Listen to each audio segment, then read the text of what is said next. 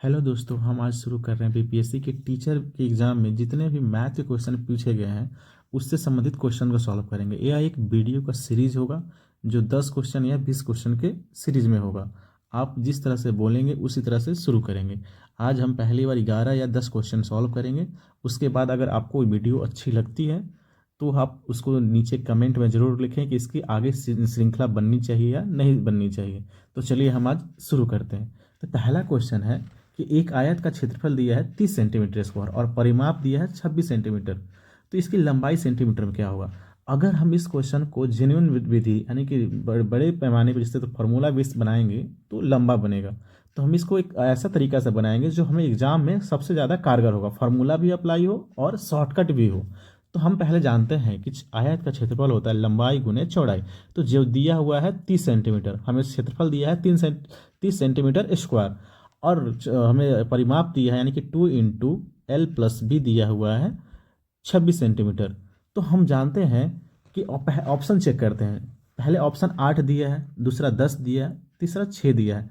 तो हम क्षेत्रफल जानते हैं कि लंबाई गुने चौड़ाई होता है और उसको 30 सेंटीमीटर स्क्वायर दिया हुआ है। तो हम ऐसी संख्या को लेंगे जो 30 को डिवाइड करे, वैसी संख्या को हम ऑप्शन से लेंगे जो 30 को डिवाइड करे। जाहिर सी बात है, अगर हम यहाँ से लंबाई दिया है तो अगर बी निकालेंगे तो 30 × L हो जाएगा, यानी कि हम ऐसा लंबाई लेंगे जो 30 को पूरा पूरा विभाजित करें। तो ऑप्शन में दो ही ऐसी संख्या है, 10 और 6।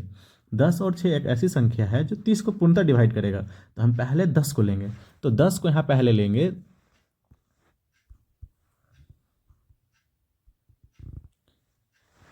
अगर 10 को लेंगे तो 10 पूरा 10 L × B = 30। यहाँ पर L बराबर हम 10 लेते हैं तो जाहिर से B बराबर हमको 3 लेना पड़ेगा तभी 30 होगा। तो हमको पता चल गया कि लंबाई 10 होगा, चौड़ाई 3 होगा। अगर हम यही लंबाई चौड़ाई को यहाँ पर पुट करें, अगर 26 आ जाता है तो हम जो 10 लिए हैं पहले ही अपने ऑप्शन से लिए हैं तो हमारा राइट हो जाएगा। अगर ये 26 लंबाई 10 पर रखने पर और चौड़ाई 3 रखने पर अगर आ जाता है तो हमारा ऑप्शन 10 सही होगा। तो यहाँ पर हम चेक कर कर देखते हैं। तो 2L के बराबर 10 रखते हैं, चौड़ाई 3 रखते हैं, तो आता है कितना, 10 3 13 गुने 2 यानी कि 26, यानी कि हमारा 10 जो ऑप्शन है सही होगा, क्योंकि 10 रखने पे हमारा 26 परिमाप भी आ जा रहा है और क्षेत्रफल भी 30 आएगा, क्योंकि इसका हमने चौड़ाई को लिया है 3। इसी तरह से पहला क्वेश्चन सॉल्व हो जाता है। अब हम बढ़ते हैं दूसरा क्वेश्चन की ओर। क्वेश्चन कहता है उस वृत्ताकार मैदान के व्यास की लंबाई क्या है जिसका क्षेत्रफल 8 मीटर त्रिज्या के एक वृत्त के क्षेत्रफल, यहाँ और नहीं था क्वेश्चन में और होगा, और 36 पाई मीटर स्क्वायर क्षेत्रफल वाले त्रिभुज के क्षेत्रफल के योग के बराबर है। ये क्वेश्चन कहना चाह रहा है कि एक ऐसा वृत्त है जिसका रेडियस है 8 मीटर, ठीक, और एक ऐसा त्रिभुज है जिसका क्षेत्रफल मुझे सीधा दिया है, सबसे सिंपल कर दिया है, 36 मीटर पाई 36 पाई मीटर स्क्वायर है, ठीक है, 36 पाई इसका क्षेत्रफल दिया है और इसका हमें केवल इसका वृत्त का मुझे केवल रेडियस दिया है। तो हमको पता है वृत्त का क्षेत्रफल बराबर होता है, वृत्त का क्षेत्रफल बराबर क्या होता है, पाई आर स्क्वायर। यहाँ पर हम क्षेत्रफल निकालेंगे तो पाई गुने आर का वैल्यू हम 8 × 8 करेंगे, तो यानी कि 64 पाई, और इसका पाई कितना, इसका कितना क्षेत्रफल दिया है त्रिभुज का, 36 पाई। तो हमें बोला है कि ऐसा वृत्त का व्यास निकालना है जो इसका क्षेत्रफल और इसका क्षेत्रफल का योग के बराबर उसका क्षेत्रफल, तीसरा वृत्त का क्षेत्रफल होगा। यानी कहने का मतलब अगर हम क्वेश्चन से चलें तो 64 पाई प्लस 36 पाई के बराबर हम एक नया वृत्त, जो बड़ा सा वृत्त होगा उसका हमको व्यास निकालना है। यानी इसका, यानी कि हम इसका कहें तो इसका मान लेते हैं कि क्षेत्रफल पाई आर बड़ी आर स्क्वायर है, यानी कि पाई बड़ी आर स्क्वायर। तो हमको पता है कि यहाँ से देखते हैं तो 64 पाई और 36 पाई मिलकर कितना पाई हो जाएगा, 100 पाई, ठीक। तो इसी तरह से पाई आर स्क्वायर, बड़ी वाली आर स्क्वायर, यहाँ पाई से पाई खत्म हो जाएगा तो आर स्क्वायर बराबर हो जाएगा 100। इसी तरह से आर बराबर कितना हो जाएगा, 10। तो इसी तरह से हम, तो रेडियस 10 हुआ, तो हमें पता है कि जो डी होता है, डायमीटर होता है, व्यास होता है, जो रेडियस का 2 गुना होता है, रेडियस का 2 गुना होता है, यानी कि 2 × 10 = 20। ये हमारा आंसर हो जाएगा, यानी कि बी ऑप्शन। इसी तरह तीसरा क्वेश्चन बनाने से पहले हम कुछ कंसेप्ट को सीखेंगे जो अलजेब्रा से संबंधित है। हमें पता होना चाहिए कि जिसका कोई भी अलजेब्रा में मल्टीप्लाई करते हैं अगर पावर समान होती है अगर पावर समान होता है तो हम क्या करते हैं, जोड़ते हैं, यानी कि ए गुने ए करते हैं तो ए प्लस एक एक, और इसका दोनों का पावर यानी कुछ नहीं पावर होता है तो एक होता है, तो हमें पता ही है, यानी कि ए स्क्वायर करते हैं। जिसी तरह से हम क्या करेंगे, यहाँ पे यही चीज़ अप्लाई होगी, लेकिन बशर्ते यहाँ पावर सेम होना चाहिए, मतलब बस पावर नहीं, बेस समान होना चाहिए। बेस समान होता है तो हम क्या करते हैं, पावर को जोड़ते भी हैं, और बट्टा में रहता है तो घटाते भी हैं। अगर गुना में है तो जुड़ेगा, यानी कि नहीं तो अगर ए के पावर 2 है और बट्टा में करके पावर यहाँ पर ए है, तो हमको क्या करते हैं, यहाँ तो आप सीधा काट सकते हैं, लेकिन नहीं, यहाँ पर घटती है, यानी कि 2 - 1 बराबर 1, मतलब कि 2 के पावर 1, यानी कि पावर गुना में होगा तो जुड़ेगा और बट्टा में रहेगा तो माइनस होगा। ठीक है, इसी तरह के यहाँ पे यही कंसेप्ट पे क्वेश्चंस बनने वाला है। तो हमें पता है कि यहाँ पे क्वेश्चन में दिया है एक्स बराबर 3 के पावर 2 और के पावर 2, यानी 2/3 के पावर -4। तो हमें पता होना चाहिए कि यहाँ पावर तो सेम नहीं है, यानी कि कुछ होने वाला नहीं है, लेकिन यहाँ पर हम एक चीज़ देखते हैं कि -4 है, यानी कि -4 है, यानी कि किसी भी चीज़ को इन्वर्स में लिखना है, अगर हम ए को इन्वर्स में लिखना है तो इसको कुछ नहीं करना है। अगर यहाँ पर पावर ए 1/a कर देंगे, अब इन्वर्स में पावर -1 कर देंगे, ये दोनों एक ही चीज़ लिखा हुआ है, यानी कि इसको इन्वर्स में सीधा बदल सकते हैं इस तरह से। तो किसी भी चीज़ को, यानी कि हमको यहाँ पे 7 लिखा हुआ है, अगर हम इसको इन्वर्स में मतलब भट्टा में लिखना चाहें तो सीधा 1/7, या तो माइनस पावर यहाँ पे 1 कर सकते हैं, या तो दोनों इसी केवल यहाँ पे भी कर सकते हैं, इसी तरह से भी लिख सकते हैं, तो कोई दिक्कत नहीं है। लेकिन ए वाला उचित नहीं है, हमें इस तरह से लिखना चाहिए जो कि क्वेश्चन में भी दिया हुआ है। इसी तरह का मतलब उल्टा प्रोसेस भी फॉलो होता है, यानी कि 1 के पावर 7 दिया है कि -1 दिया है, तो हम इसको क्या लिख सकते हैं, 1/7 है तो यहाँ पे क्या लिख सकते हैं, 7 भी लिख सकते हैं। तो इसी तरह से हम इसका पावर को जितना -4 है, तो उसको हम इसका बेस को हम क्या करते हैं, बदल देते हैं, यानी कि क्या इसको हम इस तरह से लिख सकते हैं, 3/2 के पावर 2, इसको कुछ नहीं छेड़छाड़ करना है, इसको कर देते हैं 3/2 कर देते हैं। अब माइनस में पावर है, इसको हम सीधा प्लस में कर देंगे, क्योंकि हम जिस तरह से अभी पढ़े थे कि इधर माइनस में रहता है तो इन्वर्स में हम इसको पावर को किसी भी इन्वर्स में लिखना हो तो बट्टा में करके लिख सकते हैं। अगर हम इसको 2/3 को अगर बट्टा में करेंगे, यानी कि 2/3 को अगर हम यहाँ बट्टा करेंगे तो 1/2/3 करेंगे, तो जाहिर सी बात है 3/2 आएगा, यानी कि यही चीज़ फिर से वापस आ जाएगा। अगर बट्टा में करेंगे तो एक पर एक देकर करेंगे तो हम सीधा डायरेक्ट यहाँ पे कर सकते हैं। तो ठीक है, तो यहाँ पर देखें पावर दोनों बेस दोनों का सेम हो गया, 3/2 3/2 दोनों का बेस सेम हो गया।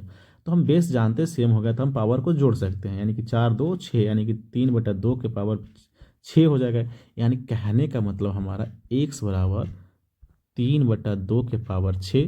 तो हम अगर दोनों तरफ इन्वर्स -2 कर रहे हैं तो हम इधर भी इसको -2 से मल्टीप्लाई कर देते हैं, तो हमको पता है कि सीधा पावर में जब रहता है तो क्या होता है, गुना हो जाता है। ठीक है, अगर हम यहाँ गुना कर रहे हैं तो 6 दूनी 12, यानी कि -12। तो जो हमारा ऑप्शन हो गया बी नंबर सही हो जाएगा। इस तरह से हम अगला क्वेश्चन की ओर बढ़ते हैं। तो अगला क्वेश्चन कह रहा है कि 1000 पर 2 वर्ष के लिए 4% प्रति वर्ष दर से चक्रवृद्धि ब्याज क्या है। तो सिंपल सा क्वेश्चन, इसके लिए ज़्यादा कोई ट्रिक अप्लाई करने की ज़रूरत नहीं है हमें। सिंपल सीआई का क्वेश्चन, सीआई का फॉर्मूला आए तब भी बन जाएगा, नहीं तो अगर इससे ज़्यादा हार्ड रहता तो अलग अलग बना रेशियो मेथड होता है, उससे बनाने का प्रयास भी करते हैं, लेकिन इसके लिए तो सिंपल सा है, क्या कि 1000 डाटा है, डाटा भी 1000 है, परसेंटेज भी सिंपल है, तो सब कुछ सिंपल ही है इसमें, तो इसको ज़्यादा करने के लिए तामझाम करने की ज़रूरत ही नहीं है। तो हम प्रिंसिपल इसमें क्या दिया है, तो हमको पहले सी आई का फॉर्मूला आना चाहिए। तो सी आई बराबर क्या होता है, P × 1 + R/100 × T minus P, यानी कि प्रिंसिपल को क्या कर लेते हैं, माइनस कर लेते हैं। कोई भी हो, किसी तरह का ब्याज हो, तो हम मिश्रधन से हम प्रिंसिपल को क्या करते हैं, माइनस। तो हमको पता होना चाहिए कि सीआई में, यानी चक्रवृद्धि ब्याज में अमाउंट बराबर क्या होता है, तो अमाउंट बराबर P × 1 + R/100, ये होता है अमाउंट का फॉर्मूला। तो देखिए हम सीआई निकालने के लिए क्या किए हैं, ये पूरा फॉर्मूला लिख दिए, P × 1 + R/100 × T, और यहाँ पे क्या कर दिए हैं, माइनस प्रिंसिपल कर दिए हैं। तो हम सीधा अमाउंट पे फॉर्मूला पे बनाना शुरू करते हैं। तो पहला है कि हम जानते हैं कि P दिया हुआ है 1000 और R दिया हुआ है 4, यानी कि रेट दिया हुआ है 4, तो हम काटेंगे तो कितना आ जाएगा, 25, यानी कि हम ओवरऑल लिखेंगे तो क्या आएगा, 1000 गुना 25 1 26, यानी कितना हो जाएगा, 26/25 के होल स्क्वायर, यानी कहने का मतलब 2 बार हमको 25 का मल्टीप्लाई, 26 का और 25 का मल्टीप्लाई करना है। तो हमें तो सीधा इस चीज़ मैथ बनाने के लिए हमें थोड़ा सा कुछ डाटा को याद करना पड़ेगा। जैसे 26 का स्क्वायर हम कितना होता है, 676, और 25 का स्क्वायर कितना होता है, 625। ठीक, यहाँ पे तो याद, यहाँ से 25 × 25 लिखना ही ज़्यादा बेटर है, क्योंकि हमें कुछ डाटा को भी काटना है। 25 × 25, ठीक। जैसे 25 × 100 यानी कि 40 मरतबे में कट जाएगी, ठीक है। तो अभी 8 से भी और कटेगा, तो 8×5 = 40, अब बचे है 25, ठीक। तो हम इस तरह से कर सकते हैं। तो और मल्टीप्लाई करना है 8 और 676, तो मल्टीप्लाई करके देखते हैं कितना आता है। 8×6 = 48, 8 से तो 56, 56 60, 8×6 = 48 और 54/5। तो देखिए, अगर 5 से भाग देना है तो हम एक काम करते हैं, अगर हम इस दोनों तरफ ऊपर नीचे 2 से मल्टीप्लाई कर दे तो क्या होगा, नीचे में 10 आ जाएगा। तो आपको जब भी ऐसा मैथ है जहाँ 5 हो 25 हो, तो हमेशा कोशिश करना है कि जीरो बना देना है। जिस तरह से 5 को हम 2 से मल्टीप्लाई कर देंगे नीचे, और ऊपर से भी 2 से मल्टीप्लाई कर देंगे तो ये तो 10 हो जाएगा। ऊपर वाला कितना होगा, 8 दूनी 16, 4 दूनी 8, 5 दूनी 10, यानी कितना हो जाएगा, बटा 10 हो जाएगा, ठीक है। तो अमाउंट हमारा यहाँ से ये कितना हो जाएगा, यानी कि 10 भाग दे देंगे तो कितना हो जाएगा, 1081.6, यानी कि सीधा हम कह सकते हैं कि हमारा 1000 अमाउंट हो गया, 1081.6, जितना इतना हमारा अमाउंट हो गया। प्रिंसिपल दिया हुआ है 1000। इसी तरह से हम CI चाहेंगे तो सीधा इन दोनों में से माइनस कर देंगे तो कितना आ जाएगा, अगर इतना 1081 में से हम घटाएंगे तो कितना आएगा, 81.6, जो ऑप्शन में दिया हुआ ही नहीं है, यानी कि उपयुक्त में से कोई नहीं है, यानी कि अब हमारा ई नंबर ऑप्शन सही। 5वां क्वेश्चन में कहता है, एक नियमित बहुभुज जिसके प्रत्येक बाहु कोणों का योग 45 डिग्री हो तो भुजाओं की संख्या क्या है। देखिए, हम पहले कंसेप्ट समझते हैं कि बहुभुज कौन होता है और आंतरिक कोण कौन सा होता है। तो बहुभुज का जो बाहु कोण होता है और आंतरिक कोण के कंसेप्ट पहले समझेंगे। मान लीजिए किसी भी तरह का बहुभुज बना लेंगे, यानी कि बहुभुज यानी कि एक किसी तरह से बना लेंगे जिसमें ढेर सारे भुजाएं हो, ठीक है। अब मान के चलिए हम यहाँ बहुभुज बना लिए हैं, एक तरह से किसी तरह से है, यानी कि इतनी उसकी भुजाओं की संख्या गिने तो 1 2 3 4 5, हम 5 यानी कि पंचभुज बना है। तो हम इसकी भुजाएं बनेगी, बाहु कोण की बात करेंगे तो हम एक लंबा लाइन खींचती हैं, तो जो एक कोण बनेगा ये बाहु कोण होगा, ये आंतरिक कोण होगा, ठीक है। तो आप एक चीज़ यहाँ पर नोट करके लिखना है, हाँ, यहाँ पे बहुभुज के कौन सा, ये बहुभुज का बाहु कोण होगा, ये आंतरिक कोण होगा। तो हमको ये चीज़ हमेशा याद रखना है कि बहुभुज के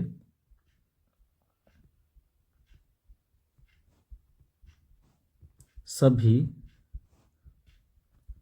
सॉरी आंतरिक नहीं, बाह्य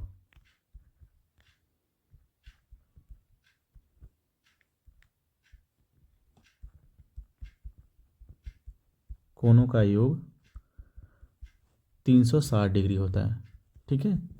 कितना भी कोण हो, यानी यहाँ लाइन खींच देंगे, सब भी जोड़ लेंगे, सारा कोण भी जोड़ देंगे, सारा इसका जोड़ देंगे तो सब तब भी कितना आएगा, 360 डिग्री आएगा। यानी कि अभी हम इसको संख्या निकालना होता है तो कुछ नहीं करना होता है।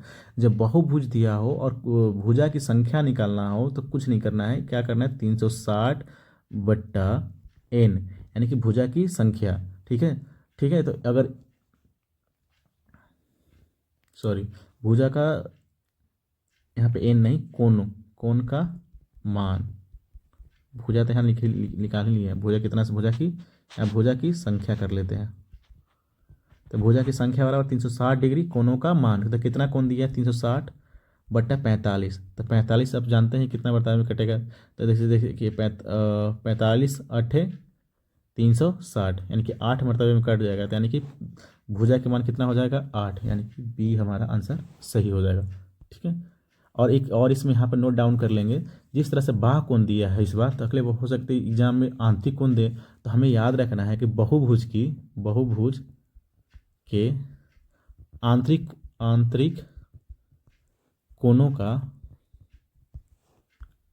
योग, ये भी याद रखना है। अगर नेक्स्ट टाइम हो सके ये भी क्वेश्चन पूछ दे, तो यानी कि इसका होता है n-2 × 180, यानी कि जितना भी कितना बड़ा भी भुजा हो, यानी कितना भी बड़ा भी जिसमें भुजाएं की संख्याएं हो, जैसे इसमें 5 है तो 5 पंचभुज के भुजाओं की संख्या निकालना है मुझे, मतलब आंतरिक कोणों का योग निकालना है, तो क्या होगा, n का वैल्यू यहाँ 5 रख देंगे, जितना भी भुजा होगा वो n का वैल्यू है, तो 5 रख देंगे, तो 5 में से 2 जाएगा तो कितना बचेगा, 3, और गुने 180, यानी 18 × 54, यानी कि 540। यानी हमसे पूछेगा कि पंचभुज के आंतरिक कोणों का योग कितना होगा, यानी कि 540, ठीक है। इसी तरह से हम आगे की ओर क्वेश्चन बढ़ते हैं। तो एक छठा क्वेश्चन दिया हुआ है, एक घनाकार बर्तन 10 सेंटीमीटर लंबा, 8 सेंटीमीटर चौड़ा और 480 घन सेंटीमीटर तरल पदार्थ को रखने के लिए ऊंचा बताया जाना चाहिए, मतलब ऊंचा बताया जाना चाहिए, यानी कि जिसमें हाइट पूछ रहा है। जब भी हम एक चीज़ को गौर करेंगे, जब भी घन सेंटीमीटर में हो, कोई चीज़ भी घन सेंटीमीटर हो, घन सेंटीमीटर में हो, तो हमें इस चीज़ के घर याद करना है, यानी कि इसको लिखने का पर घन सेंटीमीटर या सेंटीमीटर क्यूब। तो ये हमेशा आयतन का फॉर्मूला होता है, हमेशा क्या होगा, ये आयतन होगा। तो हम आयतन के लिए देखेंगे, यानी कि ये हमको 480 कुछ नहीं दिया हुआ, आयतन दिया है। तो उसका ये भी है डिविजिबिलिटी रूल से, यानी कि हमको पता है घन का आयतन, घन का आयतन क्या होता है, भुजा का क्यूब, यानी कि ए का क्यूब। तो हमको कहने का मतलब ए की क्यूब मतलब कुछ नहीं, ए यानी कि 3 को लंबाई होगा, चौड़ाई है, ऊंचाई होगा, ठीक है। ठीक इस तरह से कुछ नहीं दिया हुआ है, यानी कि सबका एक ही होता है इसमें। तो यानी कि 10 दिया लंबाई, देखिए क्वेश्चन ही गलत है, घनाकार नहीं होगा, घनाभकार होगा, ठीक है। घनाकार होता तो सारा भुजाएं बराबर होती है, तो चलिए कोई बात नहीं, हम घनाभकार इसको मान लेते हैं, क्वेश्चन ही गलत दिया हुआ, घनाकार नहीं होगा, घनाभकार होगा, ठीक है। तो घनाभ का भी तो सेम ही होता है, घनाभ का आयतन, यहाँ पर लंबाई चौड़ाई जाता है, यानी कि जिसमें घनाभ में क्या होता है, घनाभ में होता है लंबाई चौड़ाई ऊंचाई सब अलग अलग होता है, लेकिन घन में क्या होता है, सब सेम होता है। घन में क्या होता है, सब सेम होता है, हमको पता होना चाहिए। घन में सारे भुजाएं लंबाई हो चाहे ऊंचाई हो, इसमें एल बराबर बी बराबर एच होता है, लेकिन इसमें नहीं होता है, ऐसा कुछ है ही नहीं, इसमें एल बराबर न बी नहीं होगा न एच होगा, जरूरी नहीं है होगा, अगर हो जाएगा तो घन हो जाएगा, लेकिन ऐसा नहीं है कि लंबाई और चौड़ाई बराबर नहीं हो सकता है, लेकिन तीनों आपस में बराबर नहीं होगा, अगर होगा तो वो घन हो जाएगा, ठीक है। तो घनाभ का आयतन क्या होगा, एल गुने बी गुने एच होगा, ठीक। तो एक चीज़ हम समझते हैं, पहले तो दे दिया है 480, हम क्वेश्चन बाद में बनाएंगे, पहले हम क्वेश्चन देखेंगे 480 को कौन कौन डिवाइड करेगा, फिर जिस तरह से क्षेत्रफल आयत वाला बनाए थे इसी तरह से यहाँ भी दिमाग लगाएंगे। तो देखेंगे कि 8 तो डिवाइड कर सकता है, कि 8 चक 48 होता है, 9 कटेगा तो 8 4 12, यानी कि डिविजिबल में 9 का डिविजिबल नहीं होगा, यानी कि 9 तो ऑप्शन एनी एंड हाउ नहीं होगा, ठीक। तो 8 होगा और 6 भी हो सकता है। तो देखेंगे, तो हम मान के चलिए 88 64, अगर हम मान के चलिए, क्वेश्चन दिया है 10 8 और एक और हम 8 मान लेते हैं, तो सबको मल्टीप्लाई करेंगे तो कितना, 88 64 गुने 10, यानी कि 640, यानी कि हमारा ऑप्शन नहीं, गलत हो जाएगा, 480 आना चाहिए, तो नहीं आ रहा है। यानी कहने का मतलब हम पहला ऑप्शन लेते हैं 8 गुना 10, तो कितना हो जाएगा, 88 64 640, तो हमारा तो आना चाहिए था 480, लेकिन हमारा ऑप्शन एक पहला गलत हो जाएगा। तो हम अगर 6 लेते हैं तो 6 गुने 10 गुने 8, 8 6 48 480, यहाँ से भी आप बना सकते, इस तरह से भी बना सकते, 480 आ गया, यानी कि हमारा सी ऑप्शन सही हो जाएगा, ठीक है। इस तरह से भी बना सकते हैं आप, दिमाग सीधा लगा लेना है कि 9 तो ऑप्शन से हट जाएगा, बच गया 8 और 6, और नहीं तो आप सीधा से बात है कि यहाँ पे आप मान लेते हैं, इस तरह से घनाकार बर्तन की लंबाई दे दिया है 10, चौड़ाई दे ही दिया है 8, और हाइट पूछ ही रहा है, तो हम हाइट को एच ही रहने देते हैं। तो आपको पता ही 8 से कट जाएगा, 8 छक 48, और 10 से 0 1 0 कट जाएगा, यानी एच बराबर ऐसे भी 6 सेंटीमीटर आ रहा है, ठीक है। तो इस तरह से हम इस क्वेश्चन को बना सकते हैं, आपको जिस तरह से तरीका अच्छा लगे उस तरह से बना सकते हैं। अगला क्वेश्चन है, नंबर किसी संख्या का 4 गुना 60 से उतना ही कम है जितना कि उसका 7 गुना 61 से अधिक है। इस क्वेश्चन में कुछ नहीं है, केवल समझने का हेरफेर है। तो पहला क्वेश्चन मानते हैं कि संख्या कोई एक्स होगा, मान लेते हैं कि कोई संख्या कितना होगा, एक्स होगा, ठीक है। तो क्या कह रहा है, किसी संख्या का, यानी किसी संख्या हम अब एक्स मान लेते हैं, एक्स का यहाँ पे किसी संख्या को यहाँ पर अब एक्स यहाँ पर पढ़ेंगे, यानी कि एक्स का 4 गुना 60 से उतना ही कम है, यानी कि एक्स का 4 गुना, यानी कि एक्स का 4 गुना 60 से कम है, यानी कि जाहिर सी बात है अभी 60 अभी अधिक है, ठीक है। और जो संख्या माने वो हमारा 60 से कम है, कम बोल ही रहा है, और जितना कि उसका 7 गुना 61 से अधिक है। यहाँ पर जो हम जो 7 गुना करेंगे तो ये अधिक हो जाएगा कितना से, 61 से, ठीक है। कितना अधिक हो जाएगा, 61 से अधिक होगा तभी तो मतलब बैलेंस हो पाएगा, ठीक है। तो अब इसको सॉल्यूशन करेंगे, तो मान लीजिए चर को एक तरफ कर लेंगे, अचर को इस तरफ कर लेंगे, यानी कि इधर इस ले आते हैं तो 60, माइनस में है तो प्लस हो जाएगा 61, और इधर 7 4 11 एक्स, यानी कि दोनों करेंगे, यानी कि इधर कर लेते 11 एक्स बराबर 121, यानी एक्स बराबर 11। इस तरह से हमारा क्वेश्चन का ऑप्शन ए सही हो जाएगा। कहता है कि एक आयत की चौड़ाई उसकी लंबाई का 3/4 है, लंबाई का 3/4 है, ठीक है। चौड़ाई, यदि आयत की परिधि 546 सेंटीमीटर है तो आयत की भीमाई क्या होगी, यानी कि भीमाई कहने का मतलब हमसे वो पूछ रहा है लंबाई और चौड़ाई का वैल्यू कितना होगा, यानी कि लंबाई और चौड़ाई का वैल्यू क्या होगा, ठीक है। हम देखते हैं क्वेश्चन को, कह रहा है कि जो चौड़ाई है यानी कि बी है, जो लंबाई का 3/4, यानी कि हमें कंसेप्ट समझेंगे कि अगर ऐसा लंबाई होगा जो 4 से भाग लग सकता है, क्या सब सोचेंगे हम दिमाग कि और लंबाई वैसा होगा जो 4 से भाग लग सकता है, तभी तो हमको चौड़ाई का वैल्यू निकलेगा, क्योंकि डाटा तो ऐसा है कि ऐसा नहीं कि पॉइंट में है जो बहुत डिफिकल्ट होगा, तो सीधा सीधा डाटा दिया गया, यानी बी के बराबर ऐसा हो जाएगा एकदम पूर्ण संख्या होगा, ठीक है। तो यानी 4 से भाग लग सकता है, ठीक है। तो मान के चलिए 150 में 4 से भाग लगेगा, तो हम करके देखते हैं तो नहीं लगेगा, ठीक है। इसी तरह से ये तो ऐसे ही नहीं लगेगा, विषम संख्या है, ये लगेगा क्या कि चरती आई 12, 9 चौका 36, चरती आई 12, अब बच जाएगा 36, तो 9 चौका 36, 39, ठीक। यानी कि हम कहने का मतलब अगर हम लंबाई का अगर 156 लेते हैं, ठीक, तो चौड़ाई क्या हो जाएगा इसका 3/4, यानी कि 39 है ना, होगा 39 से कट जाएगा, यानी कि 9 तिया 27 और 3 तिया 9 2 11, यानी कि 117। तो हमको यहाँ तो चौड़ाई आ जा रहा है 117, लेकिन ऑप्शन में तो 110 आ रहा है। तो यानी कि हम कह सकते हैं इसमें से कोई ऐसा ऑप्शन मैच कर ही नहीं रहा है, यानी कि ई होगा, ठीक है। ऑप्शन तो इसका सही ई होगा। तो चलिए हम इसको बना कर एक बार देखते हैं कि सही में हमारा सही आ रहा है कि सही में गलत है। ऐसे तो हम बना लेंगे, यानी कि विदिन 1 सेकेंड में, बताने में कुछ सेकेंड लग रही है, तो आपको बनाने में, जब आप बनाइएगा क्वेश्चन एग्जाम में, तो आपको और समय कम लगेगा। तो ठीक है, चलिए हम कुछ नहीं, हम इसको बना कर एक बार देख लेते हैं। मानते हैं कि बी बराबर क्या दिया है, एल का 3/4, ठीक है। हाँ, तो हमको पता होना चाहिए कि आयत का परिमाप बराबर क्या होता है, 2 × L + B, है ना। तो हमें इस बराबर तो दिया हुआ है, यानी कि 546, ठीक है। यानी यहाँ पे हम 2, अगर एल का हम तो एल ही रहने देते हैं, ठीक है, एल का वैल्यू एल रहने देते हैं। बी का वैल्यू कितना दिया है, 3L/4, ठीक। तो हम इसको सोल्यूशन करते हैं, तो 2, तो जो यहाँ पे बनते 4 4 3 7, क्या बना जाएगा, 4 3 7 L हो जाएगा बट्टा 4 बराबर 5 4 6। अगर यहाँ 2 से 2 काट देते हैं, 2 से इधर काट देते हैं, तो कितना, 27 दूनी 54, और 27 दूनी 54 और 3 दूनी 6, ठीक है। यहाँ फिर 7 से काट कर देखते हैं, तो 7 21, 9 7 63, ठीक है। और तो एल बराबर क्या हो जाएगा, यहाँ तो 79 तो मल्टीप्लाई में 4 हो जाएगा, है ना। तो एल बराबर क्या हो जाएगा, 9 चौका 36 और 7 चौका 28 और 2 38, एल बराबर 338 आ रहा है। क्या, फिर से एक और देख लेते हैं, 9 चौका 36, 9 चौका 36 6, और 7 चौका 28 28 और 3 28 और 3, तो गड़बड़ हो गया, 28 और 3 पे 31 होती है, तो यहाँ पर 31 कर देंगे, ठीक है। तो यहाँ पर 316 आता है, तो लंबाई बराबर 316 सेंटीमीटर आता है, 316 तो ऑप्शन में नहीं, इसी तरह से हमारा ई ऑप्शन सही होगा। अब आते हैं हम 9वें क्वेश्चन की ओर। 9वां क्वेश्चन कहता है, एक बैग में 187 रुपया के 1 रुपया 50 पैसा और 10 पैसे के सिक्के के रूप में 3 4 5 के अनुपात में है। तो एक बैग में प्रत्येक प्रकार की संख्या का संख्या है। ये जो 3 4 5 है, उस संख्या के, मतलब सिक्के को संख्या का अनुपात है, यानी कि जो संख्या का अनुपात है, क्या है, संख्या का अनुपात है, यानी कि कितना रुपया कितना सिक्का है, ठीक है। यानी कहने का मतलब जो 3 रुपये, जो 3 है वो 1 रुपया का संख्या बतला रहा है, यानी कि मान, जो 1 रुपये कितने के सिक्के हैं उसका संख्या का अनुपात है। तो मान लेते हैं कि 3x, 3x है, 4x है, या 5x है, ठीक है, सब में एक शामिल है, ठीक। उसी तरह से मान कि 1 रुपया का बतला रहा है, इसी तरह से ये 50 पैसा का बतला रहा है, और इसी तरह से ये 10 पैसा का बतला रहा है। तो हमको पता है कि 1 रुपया तो सबको रुपया में बदल लेंगे, तो पैसा में है, तो अगर इसको हम पैसा में है, ये पैसा में है, तो अगर इसको हम रुपया में बदलना चाहेंगे तो हमको 100 से भाग देना पड़ेगा, यानी कि इसका 100/100 करेंगे, यानी कि 1/2 होगा। इसी तरह से इसको भी 100 से भाग देंगे तो क्या हो जाएगा, 10/1/100, यानी कि 1/10। तो हम इसमें सिंपल सा, इतना आपको करने की जरूरत नहीं है, आपको माइंड में करना है, 1/2 सीधा हो जाएगा, आपको 50 पैसा का है, यहाँ क्वेश्चन में देखिएगा तो 1/2 होगा, 1/10 होगा, ठीक है।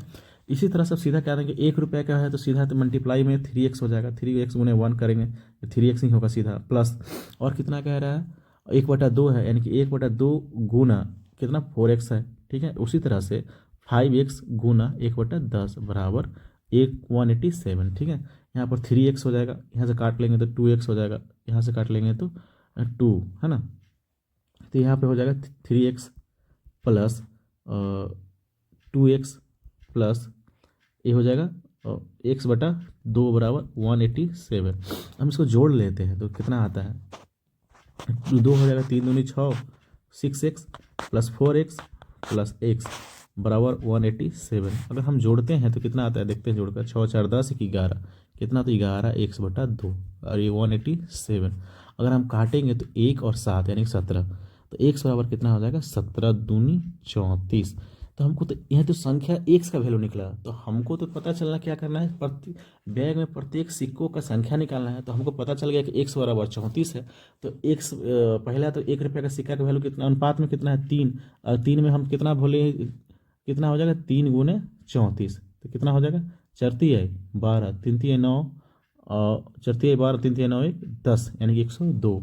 तो पहला ही देख रहे हैं कि 100 ऑप्शन सी में ही एक पहला ही ऑप्शन में 102 है, बाकी किसी में है ही नहीं, तो हम सीधा उतना बना, बाकी बनाने की कोई ज़रूरत ही नहीं है। ये हमारा सी ऑप्शन सही हो जाएगा। इस तरह से हम 10वां क्वेश्चन की ओर बढ़ते हैं। तो इसमें देखिए कुछ भी क्वेश्चन, ऐसे क्वेश्चंस को 2 डायमेंशनल क्वेश्चंस होते हैं, तो इसमें बनाने के लिए एक फॉर्मूला हमेशा याद रखना है। चाहे यहाँ पर वृत्त हो, वर्ग हो, चाहे आयत हो, किसी तरह का हो, जब भी त्रिज्या चाहे भुजा बढ़ने और घटने की बात कही जाए, तो उसमें हमेशा एक फार्मूला याद रखना है, a+b गुना नहीं, प्लस a×p/100। ये हमेशा आप सबको याद रखना पड़ेगा ये फार्मूला को। यहाँ पर ए क्या है, लंबाई भी हो सकता है, चौड़ाई भी हो सकता है, चाहे ऊंचाई भी हो, 2 डायमेंशनल की बात होगी हमेशा, है ना। तो यहाँ पर क्या हो सकता है, यहाँ पर त्रिज्या दिया है, तो हम यहाँ क्या करेंगे, तो सब जगह हमको कहेगा आपको पता होना चाहिए वृत्त में केवल एक त्रिज्या ही होती है। तो हम यहाँ पे ए बराबर चाहे बी बराबर, तो सब पर केवल आर रख देंगे, यानी कि r+r, यानी r×r/100। ये आप या 2r + r²/100। ये आप वृत्त के लिए याद रखिएगा, केवल ये वृत्त के लिए है, ठीक। हम वृत्त के लिए यहाँ पढ़ लेंगे, ठीक है। तो 2r, या तो r कितना दिया है, 40 दिया, तो 40 दूनी 80। r कितना दिया है, 40 दिया, तो 40 दूनी 80। और वहाँ पर 40×40/100, तो 2 शून्य से 2 शून्य खत्म, यानी कि 80, 4×4 = 16 = 96%। देखिए अब ऐसा पर क्वेश्चन में कहेगा कि कमी कहेगा, तो जहाँ भी कमी कहेगा तो वहाँ पर माइनस करेंगे, क्या करेंगे, माइनस करेंगे। जो भी कमी कहेगा, यहाँ पर माइनस कहता तो सब में माइनस हो जाता, ठीक है। तो इसी तरह से यहाँ पे माइनस हो जाता है, यहाँ भी माइनस है, तो यहाँ पर माइनस होता तो माइनस माइनस प्लस, यहाँ प्लस ही रहता। जब वैसा क्वेश्चन आएगा तब उसको भी बतलाया जाएगा, ठीक है। तो हम आज बढ़ते हैं आज का आखिरी क्वेश्चन की ओर, ठीक है। ये हमारा आखिरी क्वेश्चन है आज का, 11 नंबर। प्रथम 5 अभाज्य संख्याओं का योग। तो हमें तो पहले पता होना चाहिए कि अभाज्य संख्या कौन कौन है। तो हम सबसे न्यूनतम अभाज्य संख्या 2 है, उसके बाद 3 है, उसके बाद 5 है, उसके बाद 7 है, उसके बाद 9 है, 9 नहीं हो सकता क्योंकि 3 से कटती है। तो हमारे उसके बाद क्या हो जाएगा, 11, उसके बाद क्या होगा, 13, उसके बाद कितना होगा, 17, उसके बाद 19, ठीक है। हमें तो 5 ही लेना है, 3 2 5, यानी कितना हमें लेना है, ठीक है। तो योग तो ऐसे सिंपल, तो ऐसे भी जोड़ सकते हैं। तो 5 10 17 17 11 28, यानी कि 20।